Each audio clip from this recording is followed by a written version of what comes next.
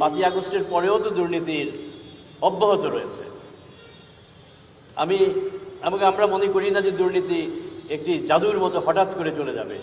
এটা আমাদের সমাজের রন্ধ্রে রন্ধ্রে এমনভাবে মিশে আছে যে এটা যাবেও ধীরে ধীরে। সেক্ষেত্রে আমাদের সবাইকেই সজাগ থাকতে হবে, সবাইকেই সচেতন থাকতে হবে। আমি বারবার একটা কথা বলি যে দুর্নীতি খারাপ, দুর্নীতি আমাদের করা উচিত না, এটা যদি বলি সবাই এর সাথে একমত হবেন। কিন্তু তারপরেও কেন দুর্নীতি? তার মূল কারণটি হচ্ছে আমাদের অস্থি মজ্জায় সংস্কৃতিতে এমন রন্ধ্রে রন্ধ্রে দুর্নীতি এমনভাবে মিশে আছে যে এটার অপনোদন অপসারণ অনেকটা কষ্টসাধ্য। সেজন্য দুর্নীতি রয়ে যাচ্ছে।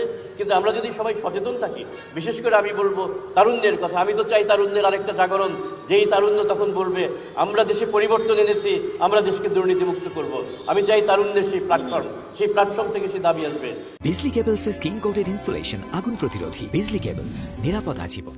নিজেদের কিছু সীমাবদ্ধতা থাকলেও আমরা সবাই স্বীকার করি যে দুর্নীতি এই দেশকে বৈষম্যের দিকে নিয়ে গিয়েছে, দুর্নীতি অপশাসন টেনে এনেছে।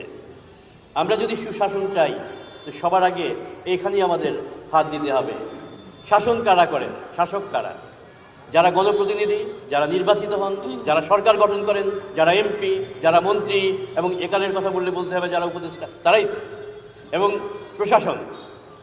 আমরা যদি নির্বাচনে সঠিক লোককে নির্বাচন করি, আমরা দুর্নীতিগ্রস্তকে নির্বাচিত করব, আমরা সন্ত্রাসীকে নির্বাচিত করব, আমরা চাঁদাবাজকে নির্বাচিত করব, তাহলে আমরা কেমন করে প্রত্যাশা করব দেশে সুশাসন আসবে?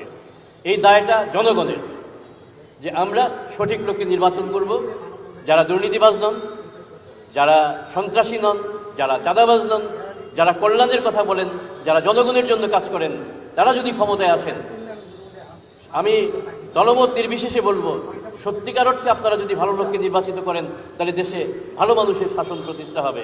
আর ভালো মানুষের শাসন যদি প্রতিষ্ঠা হয়, আমার মনে হয় দুর্নীতি দমন কমিশনের মতো এরকম কমিশনের দরকারই হবে না। তার প্রধান হুইসেল ব্লোয়ার হচ্ছেন আপনারা যদি চেষ্টা করে যান, আমি অত্যন্ত দৃঢ়ভাবে বিশ্বাস করি আমাদের আগামী নির্বাচনে দুর্নীতিবাজরা সামনে আসতে পারবেন না।